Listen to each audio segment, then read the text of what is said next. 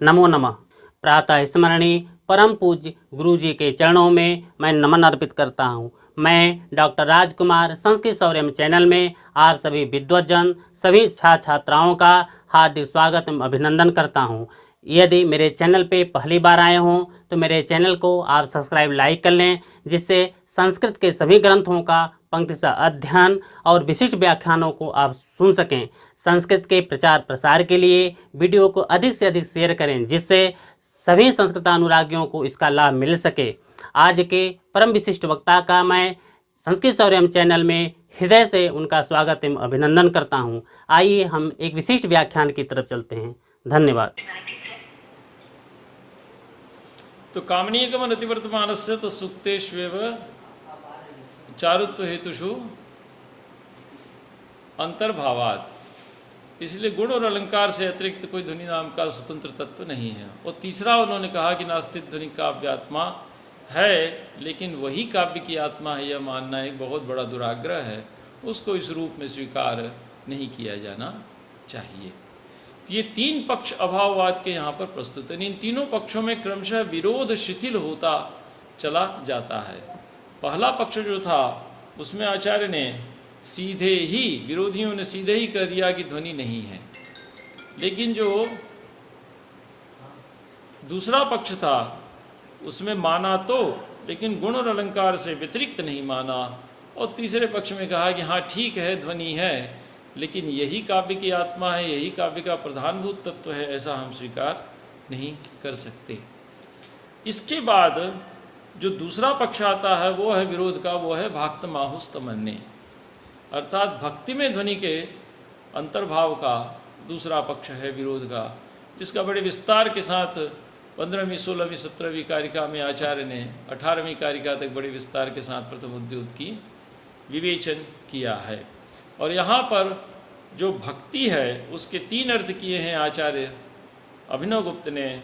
मुख्यार्थ से भंगो भक्ति ही, अर्थात मुख्यार्थ का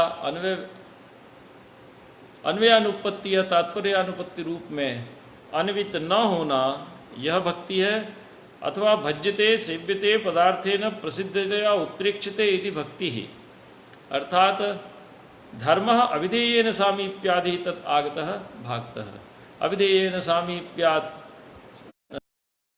समवायतः वैपरीत्य षड्विधा मता, ऐसे करके उसमें आता है। अनेक आचार्यों ने इसको स्वीकार किया है। तो सामीप्य इत्यादि के माध्यम से जो हम वाच्यार्थ से युक्त, वाच्यार्थ से संबद्ध जो दूसरा अर्थ ले लेते हैं, भक्ति कहा जाता है। जैसे गंगा जल प्रवाह के स्थान पर हमने गंगा तटे अर्थ को ले लिया। और तीसरा है भक्ति प्रतिपाद्य सामीप्य तीक्ष्णादेव सध्यातिशय, जैसे कहा सिंहो माणव कहा, तो सिंहो माणव का अर्थात ये जो बटु है, ये जो बालक है, ये शेर है। तो बालक कहाँ 2 पैर का और कहाँ शेर 4 पैर का, तो ऐसी स्थिति में इन दोनों में कोई साम्य नहीं बैठता। तो कहा कि नहीं, जैसे शेर अत्यंत तेजस्वी होता है, अत्यंत तीक्ष्ण होता है स्वभाव से, वैसे ही यह बालक भी ज्ञान की दृष्टि से अत्यंत तेजस्वी और अत्यंत तीक्ष्ण है, और यह अपनी बात को कहने में बड़ा ही प्रखर है। तो सिंहो मानव का कहने के पीछे जो ध्वन्यर्थ है, जो व्यंग्यार्थ है, जो चमत्कारकारी अर्थ है, वो है बालक गत अत्यंत तीक्ष्णता को, अत्यंत प्रतिभा संपन्नता को वहाँ पर अभिव्यक्त करना। तो इसको आचार्य ने कहा। और तीसरा जो विरोध पक्ष यहाँ पर है अभाववाद, भाक्तवाद, और तीसरा है वो है अनिर्वचनीयतावाद। तो अनिर्वचनीयतावाद का खंडन अंत में जाकर आचार्य करते हैं, केचित् पुनः लक्षणकरणशालीन बुद्धयः धनेस्तत्त्वं गिरामगोचरम इति आख्यातवन्तः। और उन्होंने ये कहा कि ध्वनि जो है वो केवल सहृदय संवेद्य है, ध्वनि केवल सहृदय संवेद्य है, इसको हम शब्द के माध्यम से इसका प्रतिपादन नहीं कर सकते। तो ऐसा करने वाले कौन थे? जो कि ध्वनि का लक्षण करने के लिए परिश्रम से भाग रहे थे। यहाँ पर ये बात सामने आती है। तो ये 3 अभाववादों को प्रस्तुत करने के उपरांत आचार्य ने अपने काव्य लक्षण को यहाँ ध्वनि के विस्तार को यहाँ पर कहा। तो कई 3 विरोध उपस्थित हो सकते हैं, तेन ब्रूमः। इन 3 विरोधों को ध्यान में रखते हुए अब हम ध्वनि की स्थापना करने जा रहे हैं। लेकिन इसका प्रयोजन क्या है? तो सहृदय मन प्रीतये। अब इसके बाद आचार्य कहते हैं कि ये जो ध्वनि है ये है क्या? तो कहते हैं कि सकल सत्यवि काव्योपनिषद भूतम, अर्थात जितने भी श्रेष्ठ कवि हैं उन समस्त श्रेष्ठ कवियों के काव्यों का उपनिषद भूत तत्व है, अर्थात सारभूत तत्व है। ये पहली विशेषता बताई आचार्य ने ध्वनि की। दूसरी विशेषता आचार्य ने बताई कि अतिरमणीयम, अत्यंत रमणीय है, अर्थात इसका यदि सहृदय आस्वाद करता है तो उसको चित्त में आह्लाद या विगलित वेद्यांतर आनंद की उत्पत्ति होती है। और तीसरा कहा कि यह अत्यंत सूक्ष्म तत्व है। अणीयसी भीरपि चिरंतन काव्य लक्षण विधाई नाम बुद्धि भी अनुन्मीलित पूर्वम, अर्थात प्राचीन आचार्यों की बुद्धि बड़ी महीन थी, सूक्ष्म थी, लेकिन उससे भी सूक्ष्म यह तत्व था कि वे इसको समझ नहीं सके। और चौथी विशेषता यह बताई कि यदि लक्षण ग्रंथों में, पूर्ववर्ती लक्षण ग्रंथों में ध्वनि उपलब्ध नहीं है, तो यदि लक्षक ग्रंथ रामायण महाभारत इत्यादि को हम देखते हैं तो वहाँ तो ध्वनि पद पद पर भरा हुआ है, वहाँ तो ध्वनि के बिना आचार्य का कार्य नहीं चलता, इन कवियों का काम नहीं चलता। व्यंग्यार्थ की प्रधान रूप से चमत्कारकारिता इन रामायण महाभारत इत्यादि ग्रंथों में स्पष्ट रूप से देखी जा सकती है। तो देखिए, ग्रंथ को व्यवस्थित रूप से प्रस्तुत करना आचार्य का उद्देश्य है। पहले सिद्धांत वाक्य दे दिया, फिर उस सिद्धांत वाक्य के समर्थन में प्राचीन आचार्यों की बातें कह दी कि बुधई समामनाथ पूर्वक कह दिया, भले ही वो वैयाकरण हो। और उसके बाद जो विरोध थे 3, उन विरोधों को प्रस्तुत कर दिया। और उसके बाद आचार्य ने प्रयोजन बता दिया कि सहृदय मन प्रीतये तस्य स्वरूपम ब्रूमः। सहृदय की व्याख्या आचार्य यहाँ पर करते हैं कि काव्यानुशीलनाभ्यास वशात विशदीभूते मनोमुकुरे वर्णनीय तन्मयी भवन योग्यत्वम सहृदयत्वम, अर्थात निरंतर जो काव्यानुशीलन में लगे हुए हैं। कविता का भी एक संस्कार होता है, हर किसी को कविता समझ में नहीं आती, अभ्यास से कविता समझ में आती है। तो काव्य के अनुशीलन के अभ्यास के वश से विशद हो गया है चित्त, जिनका निर्मल हो गया है, विशाल हो गया है, अर्थात अर्थ संगति के योग्य हो गया है, अर्थ को समझने की योग्यता वाला हो गया है चित्त इनका। ऐसे मन रूपी अत्यंत निर्मल दर्पण में जो वर्णनीय पदार्थ है, सहृदय का चित्त उस वर्णनीय पदार्थ के बाद तन्मयता को प्राप्त कर जाता है, अर्थात उसमें लीन हो जाता है।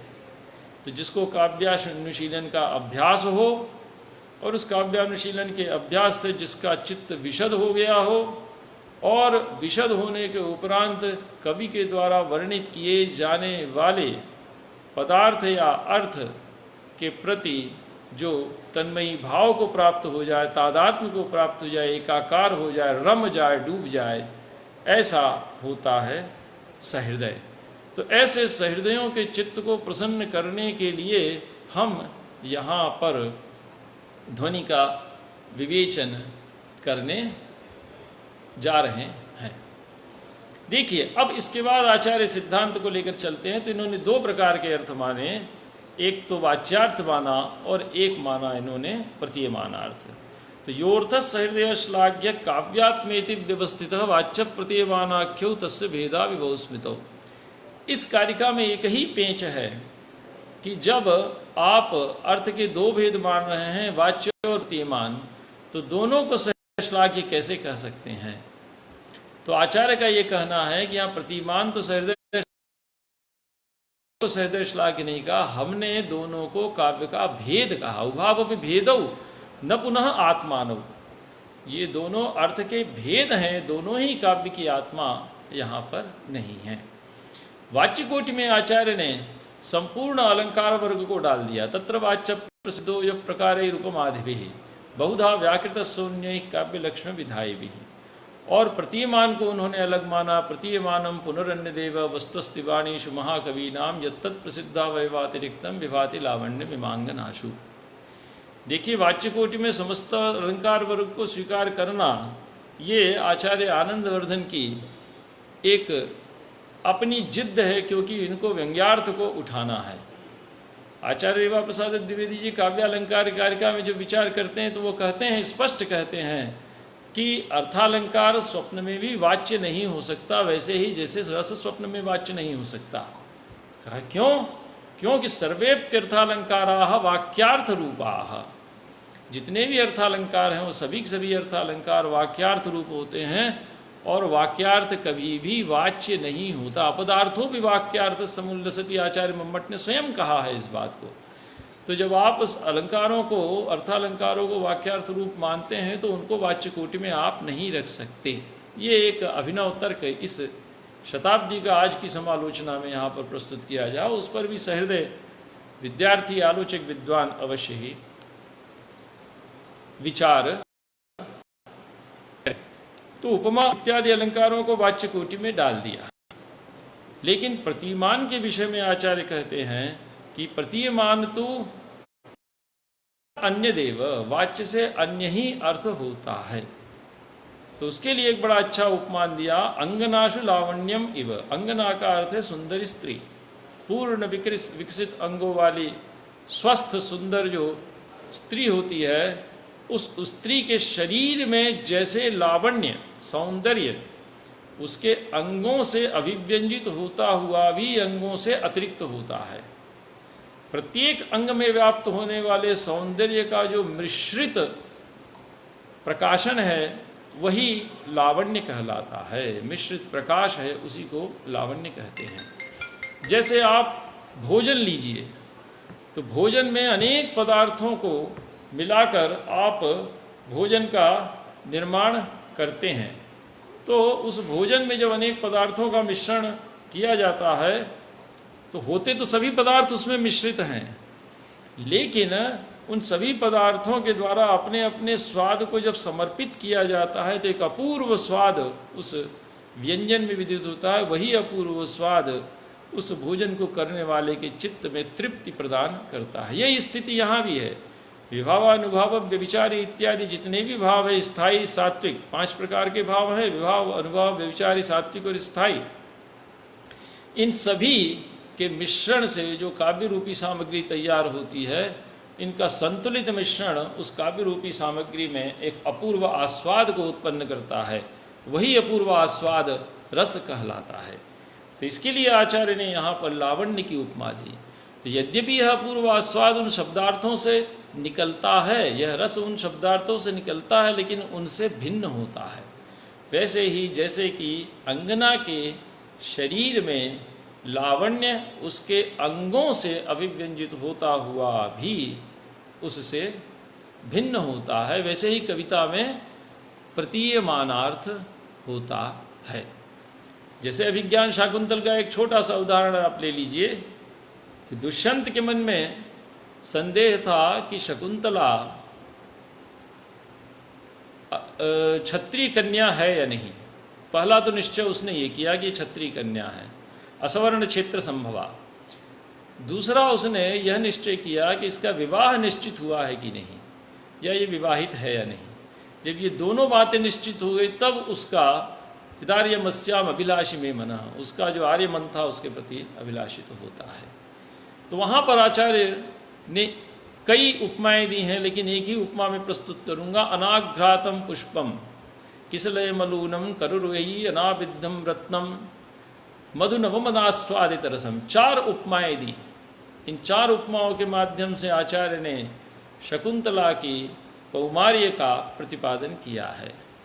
तो बिना सूंघा हुआ फूल, ऐसा उसने कहा जरूर, तो इसका शकुंतला के साथ कोई अन्वय नहीं होता, लेकिन इसके पीछे तात्पर्य का अर्थ क्या है, प्रकरण के आधार पर, वक्ता, बोद्धा इत्यादि के आधार पर हम विचार करें तो यहाँ पर कवि का तात्पर्य है शकुंतला के कौमार्य की प्रतिष्ठा करना। तो यही है ध्वन्यर्थ, यही है व्यंग्यार्थ, यही चमत्कारकारी जब प्रधान रूप से होता है तो उसको हम ध्वनि कहते हैं। तो ये आ तो रहा है इन्हीं शब्दों से, अनाघ्रातम पुष्पम इस शब्द से आ रहा है, लेकिन इससे यह भिन्न है और इसकी प्रतीति सहृदय को चमत्कृत करती है। वैसे ही जैसे अनेक व्यंजनों से बने हुए भोजन में प्रत्येक व्यंजन का स्वतंत्र आस्वाद नहीं होता, प्रत्येक पदार्थ का स्वतंत्र आस्वाद नहीं होता, अपितु उन व्यंजनों से निकलने वाला एक अपूर्व आस्वाद हृदय को, चित्त को प्रसन्न करता है। ये यहाँ पर आचार्य ने अनेक बातें प्रस्तुत की। फिर प्रतिमान के विषय में जब विचार करते हैं आचार्य, तो उनका कहना है कि प्रतिमान वाच्य से भिन्न है, क्योंकि यदि वाच्य विधि रूप है तो प्रतिमान निषेध रूप होता है, वाच्य यदि निषेध रूप है तो प्रतिमान विधि रूप होता है, वाच्य यदि विधि रूप है तो प्रतिमान अनुभव रूप होता है, वाच्य यदि निषेध रूप है तो प्रतिमान अनुभव रूप होता है, और कहीं पर वाच्य और प्रतिमान का विषय भिन्न होता है। प्रतिमान का विषय भिन्न, वाच्य का विषय भिन्न, प्रतिमान का विषय भिन्न। इसके लिए वो जो कारिका बड़ी प्रसिद्ध गाथा है, जो ध्वनि सिद्धांत में सर्वत्र आती है, वी सदस्य शुनकोद्यमारितस्ते न गोदावरी कच्छ कुंजवासिना दीप्त सिंह है ना। यहाँ पर कोई पुंश्चली किसी धार्मिक व्यक्ति से कह रही है कि भ्रमण करो, भ्रम। गोदावरी के तट पर वो जाती थी, प्रतिदिन पुष्प चयन करती थी, उसी समय धार्मिक पुष्प चयन करने पहुंच जाता था और वो अपने प्रीतम से मिलने के लिए जाती थी। तो धार्मिक का पुष्प चयन करने के लिए उपस्थित होना उसके मिलन में बाधक बनता था। तो उसने जाकर धार्मिक से कहा कि से डर कर आप गोदावरी के तट पर कभी कभी नहीं जाते थे, उस कुत्ते को वहीं रहने वाले एक सिंह ने मारकर खा गया, तो आपका जो भय कारण है वो समाप्त हो गया, अतः आप निश्चिंत होकर भ्रमण कीजिए। तो जो व्यक्ति कुत्ते की उपस्थिति से डरता है, वह सिंह की उपस्थिति होते हुए वहाँ भ्रमण करने जाएगा। तो कह तो रही है भ्रम, ये वाच्यार्थ है, लेकिन यहाँ पर प्रतीयमान अर्थ निषेध रूप में निकलता है कि माँ भ्रम, अब वहाँ कभी भी मत जाना। ऐसा करने के पीछे उसका तात्पर्य है निर्विघ्न मिलन को सिद्ध करना, गोदावरी के तट पर निर्विघ्न मिलन को सिद्ध करना। तो इस प्रकार आचार्य ने अनेक प्रकार से यहाँ पर प्रतिमान के ऊपर विचार किया है। इसके बाद आचार्य इतिहास के ब्याज से धन्यर्थ को प्रतिष्ठापित करते हैं कि काव्यस्यात्मा स एवार्थः तथा चादि कवे पुरा क्रौंचो द्वंद्व योगोत्थ शोक श्लोकत्व आगतः। शोक एव श्लोकतया परिणतः। वाल्मीकि ने जब क्रौंच द्वंद्व में से एक को मरा हुआ देखा तो उनके चित्त में इतनी अधिक करुणा उत्पन्न हुई कि वह करुणामान शात प्रतिष्ठान तो मगम शाश्वती समाय, और यही सृष्टि की प्रथम कविता है जो करुणा से निकली थी। तो वाल्मीकि में कार्यत्री प्रतिभा भी है, भावीत्री प्रतिभा भी है, अर्थात वो इतने भावुक हैं कि उन्होंने अपनी उस भावना को शब्द के रूप में, कार्यत्री प्रतिभा से शब्द के रूप में प्रस्तुत कर दिया। और इन्हीं दो प्रतिभाओं को देखकर ब्रह्मा जी ने वाल्मीकि से भगवान राम के चरित्र की लिखने का निवेदन किया। तो शोक ही श्लोक के रूप में परिणत हो गया। लेकिन ये किसका शोक? तो न तो मुने शोकः, यह आचार्य कहते हैं कि ये मुनि का शोक नहीं, अपितु वह मुनि जो कि महाकवि वाल्मीकि के द्वारा तमसा तट पर निवास करने वाले एक पात्र विशेष के रूप में वहाँ पर प्रस्तुत किया गया है।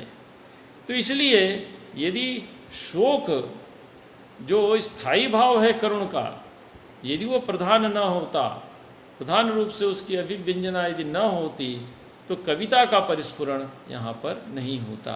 तो इतिहास में भी यदि आप देखें तो काव्य की आत्मा यही व्यंग्यार्थ होता है, काव्य की आत्मा यही इतिहास की दृष्टि। इसके बाद स्वसंवित सिद्धा भी प्रतीयमानस्य काव्यता, इसके लिए आचार्य ने कहा सरस्वती साधुतदर्थ वस्तु निश्चंद माना महताम कवीनाम अलोक सामान्य बिंबनक्ति परिस्फुरंतम प्रतिभा विशेषम।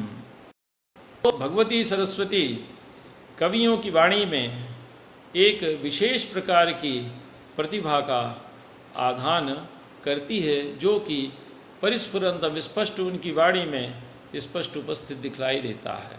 और महताम कवि नाम सभी कवियों की वाणी में नहीं, अपितु जो श्रेष्ठ कवि हैं उन्हीं की वाणी में उस तदर्थ वस्तु को प्रवाहित करती हुई, अर्थात उस ध्वन्यर्थ को प्रवाहित करती हुई दिखाई देती है। जैसे यम सर्वशैला परिकल्पित वत्सम मेरो स्थिते दोग्धरि दोह दक्षे भास्वंति रत्नानि महौषधींश्च पृथुपदिष्टाम दुधुर्धरित्रीम। यहाँ पर सभी परिवर्तों ने बछड़े के रूप में परिकल्पना की किसकी? हिमालय की। और दोग्धा बनाया किसको? सुमेरु पर्वत को। और दुहा किसको? गोरूपी पृथ्वी को। तो गोरूपी पृथ्वी से सुमेरु पर्वत को दोग्धा बनाकर, हिमालय को बछड़ा बनाकर सभी पर्वतों ने अनेक रत्नों को दुहा। ये पुराणों में कथा मिलती है, पृथु का आख्यान है। तो यहाँ पर ऐसा कहने के पीछे कवि का तात्पर्य क्या है? ऐसा कहने के पीछे कवि का तात्पर्य है कि हिमालय पृथ्वी के सभी श्रेष्ठ रत्नों की खान है। पृथ्वी के जितने, क्योंकि वत्स के रूप में हिमालय उपस्थित है पृथ्वी रूपी गौ के लिए, और पृथ्वी रूपी जो माता गौ के रूप में उपस्थित है वो अपने वत्स को, अपने समस्त रत्नों को प्रदान कर रही है। तो यहाँ कवि का तात्पर्य ये है कि हिमालय सृष्टि के समस्त श्रेष्ठ रत्नों की खान है। इस अर्थ को अभिव्यंजित करने की योग्यता भगवती सरस्वती ने महाकवि कालिदास की वाणी में उत्पन्न की।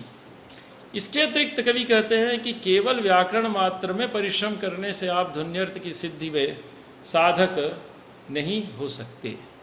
शब्दार्थ शासन ज्ञान मात्रेणैव वेद्यते वेद्यते तत्वज्ञैरेव केवलम। अर्थात जो काव्यार्थ तत्व को समझने की योग्यता रखते हैं, अर्थात जो सहृदय है, जो सहृदय का लक्षण हमने बतलाया, वे ही इस ध्वन्य अर्थ को समझ सकते हैं। शब्दार्थ ज्ञान मात्र अर्थात व्याकरण संप्रदाय मात्र में परिश्रम करने वाले विद्वान इसको समस्त नहीं समझते। जैसे कि एक व्यक्ति होता है जो संपूर्ण संगीत शास्त्र के जानता है, लेकिन उससे कहें कि जरा राग भैरवी गा, तो वो नहीं गा सकता, क्योंकि उसको वो अप्रगीत है। शास्त्र तो जानता है, भैरवी के लक्षण जानता है, भैरवी की जो श्रुति और मूर्छना इत्यादि वो सब वो जानता है, लेकिन उसमें गाने का अभ्यास नहीं है। तो जैसे स्वरसुत्यादि लक्षण विदाम अप्रगीतानाम गांधर्व लक्षणाम विदाम अगोचरम, वैसे ही यह ध्वन्यर्थ भी केवल शब्दार्थ मात्र में आप परिश्रम कर लें और कविता का संस्कार यदि आपके अंदर नहीं है तो आप ध्वन्यर्थ को, व्यंग्यर्थ को नहीं समझ सकते। और फिर आचार्य अंत में कहते हैं कि प्राधान्यम तस्यैव सोर्थस्तद्व्यक्ति सामर्थ्य योगी शब्दश्च यत्न प्रत्यभिज्ञेयौ तौ शब्दार्थो महाकवे है। उस व्यंग्यार्थ को प्रतिपादित करने वाला शब्द और वो व्यंग्यार्थ है, यही महाकवि के शब्दार्थ कहलाते हैं। इसके बाद आचार्य ने वाच्य, अब प्रश्न खड़ा हुआ, बड़ा भारी प्रश्न खड़ा हुआ कि ठीक है, जब आप व्यंग्यार्थ को प्रधान मान रहे हैं तो वाच्य को पहले क्यों लेते हैं? तो वाच्य के लिए आचार्य ने कहा कि वाच्य को लाना हमारे लिए अपरिहार्य है, क्योंकि निर्विवाद सिद्ध वाच्या विधानम भूमि ही।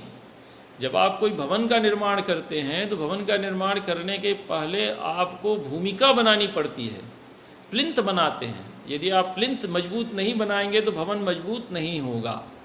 तो हम ध्वनि का एक विशाल भवन खड़ा करने जा रहे हैं और उस ध्वनि के विशाल भवन की भूमिका है वाच्य। यदि वाच्य को हम वहाँ पर नहीं रखेंगे तो ध्वनि का विशाल भवन नहीं खड़ा होगा।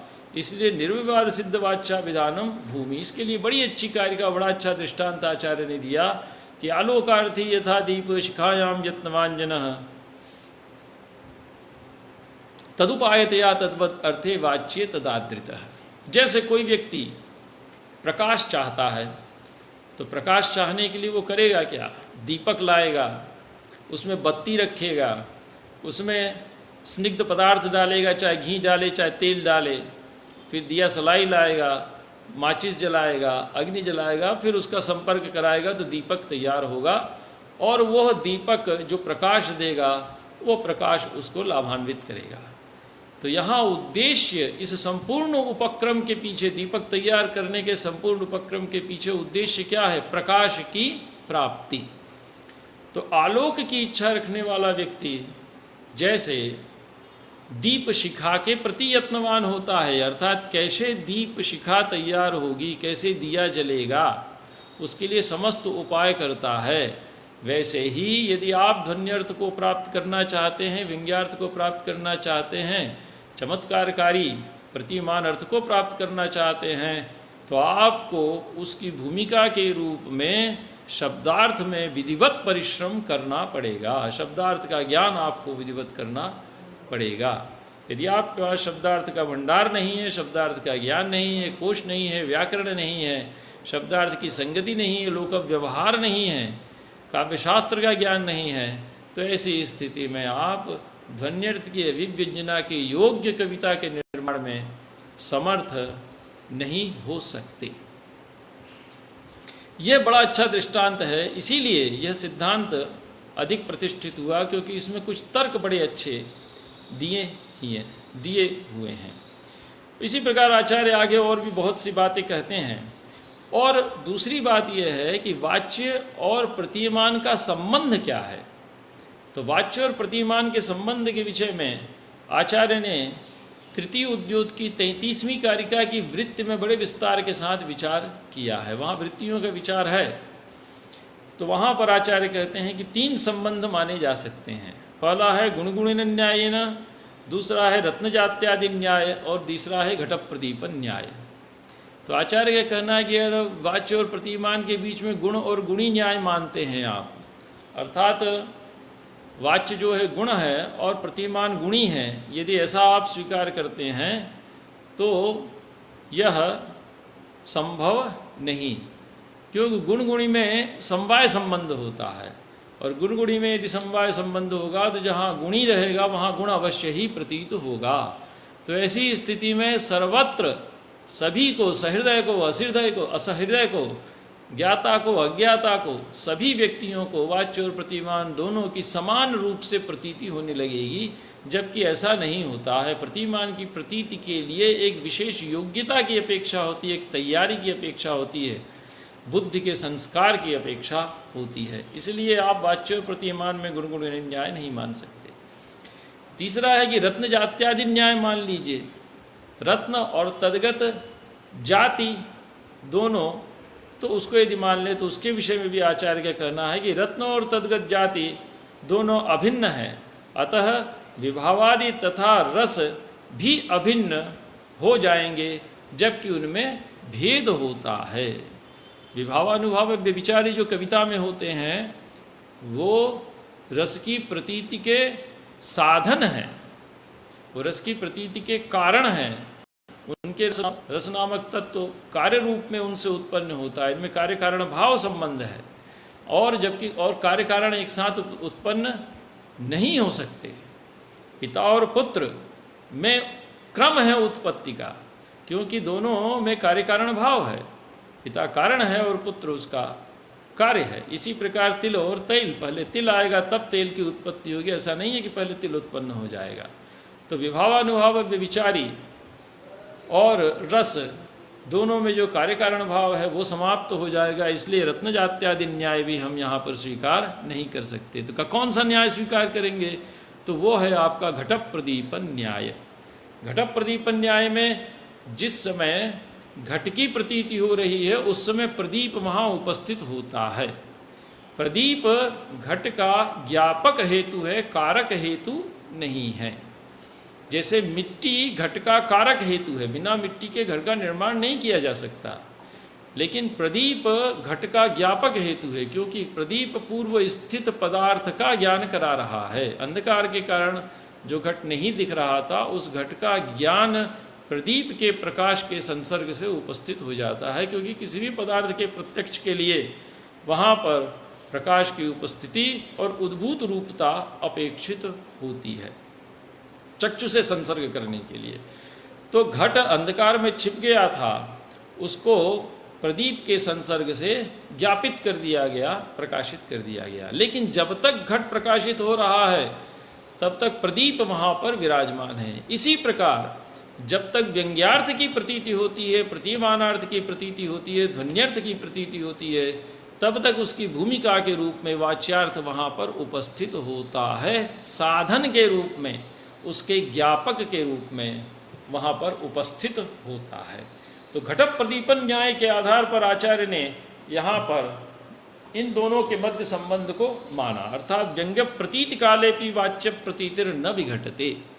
जब तक वाच्य प्रतीति होगी तब तक व्यंग्य प्रतीति यहाँ पर होती रहेगी। इसके बाद आचार्य ने ध्वनि कारक का विवेचन किया है। यत्रार्थ शब्दों व तमर्थ उपसर्जने कृत स्वार्थो व्यंगत काव्य विशेषः सध्वनिरिहिति सूरिभिः कथितः। ये ध्वनि कारिका है, इसका बड़ा लंबा विवेचन है। इसके 4 पर्याय आप मान लीजिए। पहला है यत्रार्थ शब्दो वा, दूसरा पर्याय है तमर्थम, तीसरा पर्याय है उपसर्जनी कृत स्वार्थो, चौथा पर्याय है व्यंगतः और 5वां पर्याय है काव्य विशेषः। अर्थात गुणालंकारोपस्कृत शब्दार्थ पृष्ठपाती ध्वनि है। यह आचार्य का कहना है कि गुण और अलंकार तिरस्कृत नहीं हो जाते हैं। ध्वनि तभी चमत्कारकारी होगा जब वह उस शब्दार्थ पर प्रतिष्ठित हो जो शब्दार्थ गुण और अलंकार से उपस्कृत हो। तो इसीलिए आचार्य कहते हैं यत्र अर्थः शब्दो वा। यहाँ पर वा पर ध्यान दीजिए। आचार्य कहते हैं कि यत्र अर्थः वाच्य विशेषः शब्दो वाचक विशेषः वा तमर्थम व्यंगतः सह काव्य विशेषो ध्वनि। तो वा का अर्थ है प्राधान्याभिप्रायेण विकल्पाभिधानम। क्वचित शब्दस्य प्राधान्यम अर्थस्य सहकारिता, क्वचित अर्थस्य प्राधान्यम शब्दस्य सहकारिता। 2 प्रकार की ध्वनि मानी है इन्होंने, अविवक्षित वाच्य ध्वनि और विवक्षितान्य पर वाच्य ध्वनि। अविवक्षित वाच्य ध्वनि में शब्द की प्रधानता होती है क्योंकि वह लाक्षणिक शब्द प्रयोग होता है, और विवक्षितान्य पर वाच्य ध्वनि में अर्थ की प्रधानता होती है और वह अभिधा मूल होती है, वहाँ लक्षणा नहीं होती। इसलिए अविवक्षित वाच्य ध्वनि में अर्थ प्रधान होता है, शब्द सहकारी होता है। विवक्षितान्य पर वाच्य ध्वनि में शब्द प्रधान होता है और अर्थ सहकारी होता है। तो अर्थ एकत्र अर्थ व्यंजक शब्द सहकारी, अन्यत्र पुनः शब्द व्यंजक अर्थ सहकारी। तो उभयत्रापि द्वयोरपि उपस्थिति शब्दार्थयोः द्वयोरपि उपस्थितिरुभयत्रापि भवति प्राधान्याप्राधान्य रूपेण। एक प्रधान होता है और दूसरा वहाँ पर अप्रधान होता है। इसलिए व्यंगतः क्रिया भी इसी से, जो द्विवचनांत क्रिया है जिसके ऊपर भट्टनायक इत्यादि ने बड़ा आक्षेप किया और आचार्य महिम भट्ट इत्यादि ने जो बड़ा आक्षेप किया, उसका समाधान इसी आधार पर आचार्य अभिनवगुप्त ने ध्वन्यालोक लोचन में किया है। दूसरी बात है उपसर्जनी कित स्वार्थौ स्वंच अर्थश्च स्वार्थौ। तो उपसर्जनी कितो याभ्याम, अर्थात अर्थः गुणीकृतात्मा शब्दः गुणीकृता विधेयः। तो अर्थ जब अप्रधान हो गया तो अर्थ के आश्रित जितने भी अर्थालंकार हैं वो अप्रधान हो गए, और शब्द जब अप्रधान हो गया, शब्द जब अपने अर्थ को अप्रधान कर दे रहा है तो शब्दाश्रित जितने भी अलंकार हैं वो भी अप्रधान हो जाते हैं। तो यहाँ पर देखिए उद्देश्य क्रमेण अत्र उल्लेखो विधीयते। यहाँ पर स्वार्थौ कहा तो स्वार्थौ में हम स्वम से लेंगे अर्थ को और उसका अर्थ हो जाएगा अर्थः गुणीकृतात्मा। अर्थ स्वयं को अप्रधान करता हुआ उस प्रतीयमानार्थ को अभिव्यंजित करता है। यहाँ अर्थ से तात्पर्य है वाच्यार्थ, और वाच्यार्थ यहाँ पर लेंगे विभावानुभाव व्यभिचारी। इसी प्रकार जो शब्द है वो अपने अर्थ को अप्रधान करता हुआ उस प्रतीयमानार्थ को अभिव्यंजित करता है। देखिए ये कविता का क्षेत्र है, कला का क्षेत्र नहीं है। कला में शब्दार्थ के माध्यम से अर्थ की अभिव्यंजना नहीं होती है। नृत्य, गीत, चित्र, मूर्ति इत्यादि में माध्यम अलग होते हैं। अर्थ की अभिव्यंजना के, व्यंग्यार्थ की अभिव्यंजना के, सौंदर्य की अभिव्यक्ति में। लेकिन चूंकि हम विचार कर रहे हैं काव्य का, और काव्य के क्षेत्र में शब्दार्थ से ही सौंदर्य की अभिव्यंजना होती है, इसलिए यहाँ पर विचार किया जा रहा है अर्थ की अप्रधानता का, और अर्थ के द्वारा स्वयं की अप्रधानता का, और शब्द के द्वारा अपने अर्थ की अप्रधानता का। और ऐसा जो शब्द और अर्थ का अप्राधान्य है, जिस काव्य विशेष को अर्थात शब्दार्थ गुणालंकारोपस्कृत शब्दार्थ पृष्ठपाती ध्वनि, यह आचार्य अभिनवगुप्त ने स्पष्ट कहा है कि जो ध्वनि है वो गुण और अलंकार से प्रतिष्ठित होगा।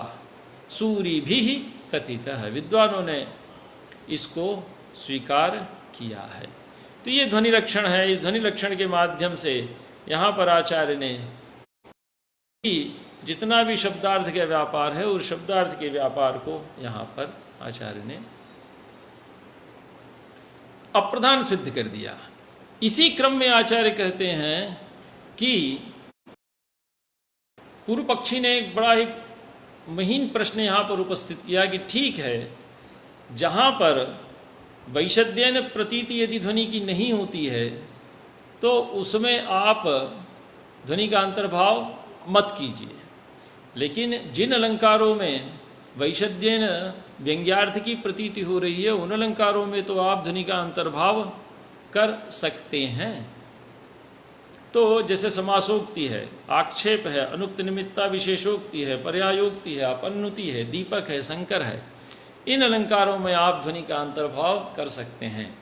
तो आचार्य ने कहा कि यहाँ व्यंग्यार्थ है, लेकिन वह व्यंग्यार्थ प्रधान रूप से चमत्कारकारी नहीं है, वहाँ वाच्य ही प्रधान रूप से चमत्कारकारी है। जैसे समासोक्ति अलंकार का उदाहरण आचार्य ने दिया, उपोढ़ रागेण विलोल तारकम तथा गृहीतम शशिना निशामुखम पुरोपिरागाद गलितम न वीक्षते।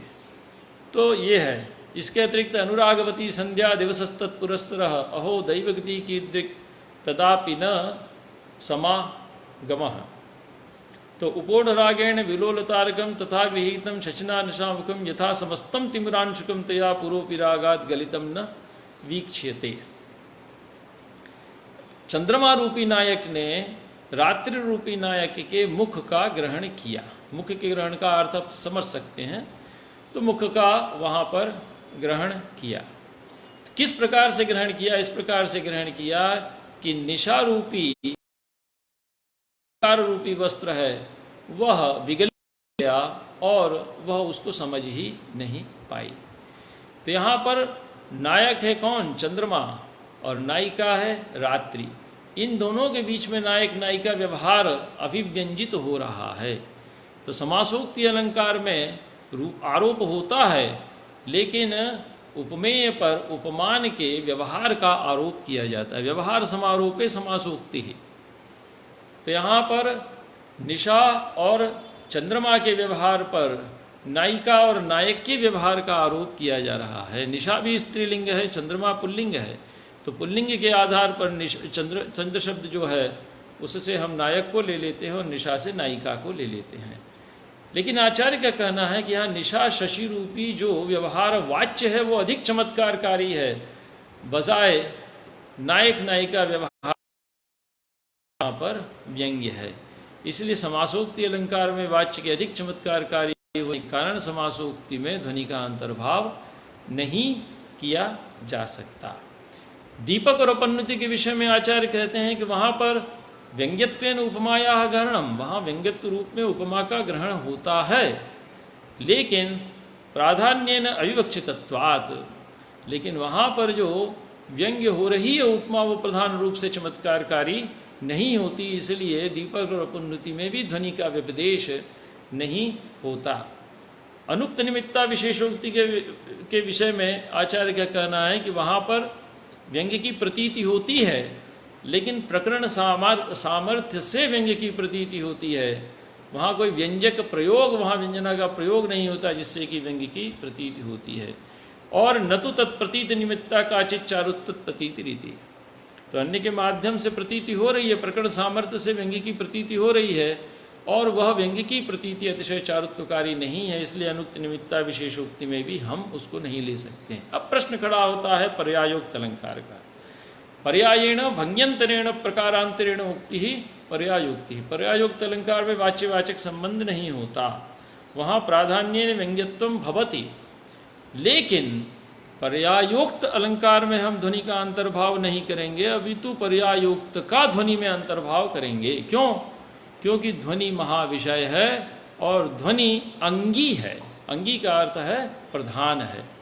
तो ध्वनि के प्रधान होने के कारण, महाविषय होने के कारण पर्यायोक्त अलंकार में यद्यपि व्यंग्य व्यंजक भाव है और वो प्रधान रूप से चमत्कारकारी है, तो पर्यायोक्त अलंकार में ध्वनि का अंतर्भाव न करके हम ध्वनि में पर्यायोक्त अलंकार का अंतर्भाव कर लेंगे। इसी प्रकार प्रस्तुत प्रशंसा के विषय में भी आचार्य ने विचार किया और वहाँ भी कहा कि जो अविधीयमान है वही प्रधान रूप से चमत्कारकारी होता है, जो प्रतीयमान है वो प्रधान रूप से चमत्कारकारी नहीं होता।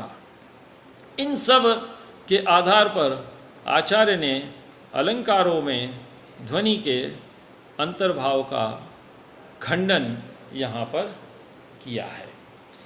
इसके बाद आचार्य कहते हैं कि न तो अवयव एवं पृथक भूतो अवयवीति प्रसिद्ध है। आप अपने शरीर के किसी एक अंग को काट दीजिए और उसको अपना नाम दे दीजिए, तो क्या आप उससे बुलाए जाएंगे? नहीं बुलाए जाएंगे। शरीर से यदि कोई अंग अलग हो जाता है तो फिर वो शरीरी की संज्ञा को ग्रहण नहीं करता, और यदि वो अपृथक है, वो अंगी अर्थात आपसे अपृथक है आपका वो अंग, तो वह अंग ही रहेगा, वो कभी भी प्रधान नहीं बन जाता। और यदि वो कभी प्रधान हो जाता है तो उसका अंगी में ही अंतर्भाव होगा, उसका उसमें अंगी का अंतर्भाव नहीं होगा।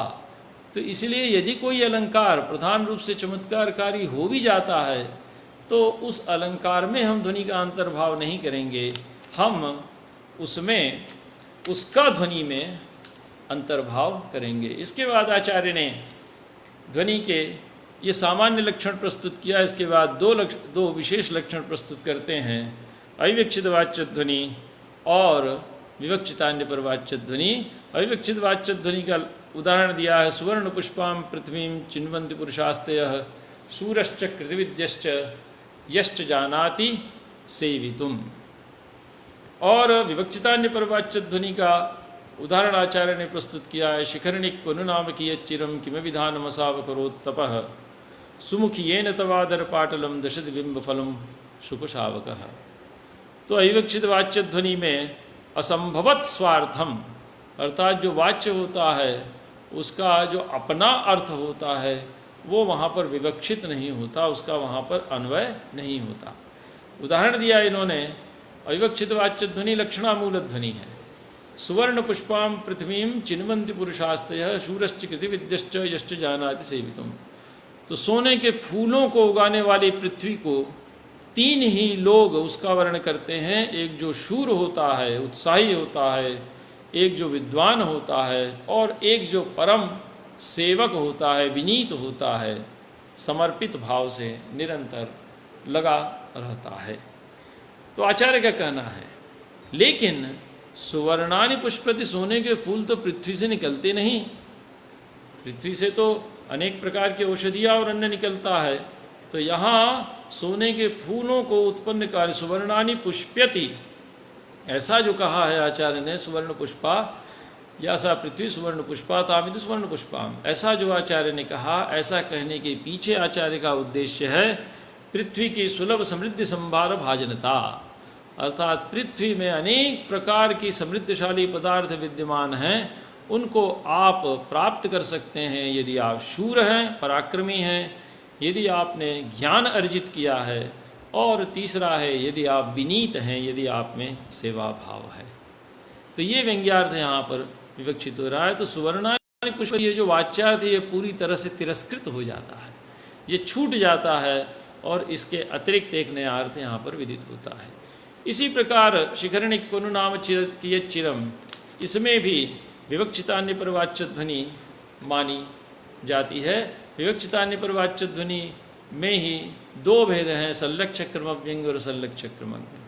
अविवक्षित वाच्य ध्वनि के भी दो भेद हैं, अत्यंत तिरस्कृत वाच्य ध्वनि और अर्थांतर संक्रमित वाच्य ध्वनि। सबका आचार्य मम्मट ने विस्तार के साथ विवेचन किया, वो सब विद्यार्थी जानते हैं।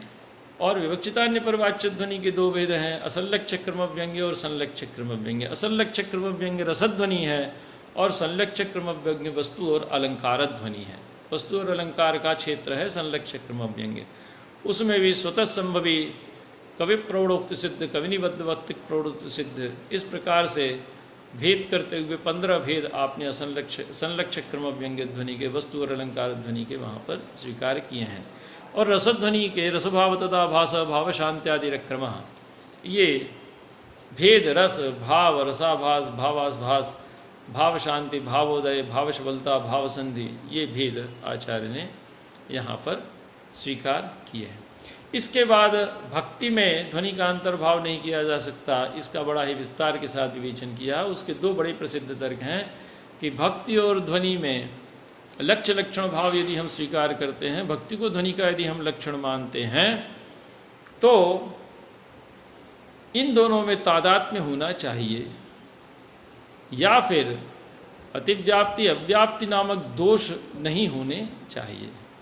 तो भक्त्या विवर्ति नैकत्वम रूप भेदादयम ध्वनि, ध्वनि भक्ति में समाहिष्टनि लक्षणा में ध्वनि का अंतर्भाव नहीं किया जा सकता, क्योंकि लक्षणा है उपचार मात्रम भक्ति ही और व्यंग्य प्राधान्य ध्वनि।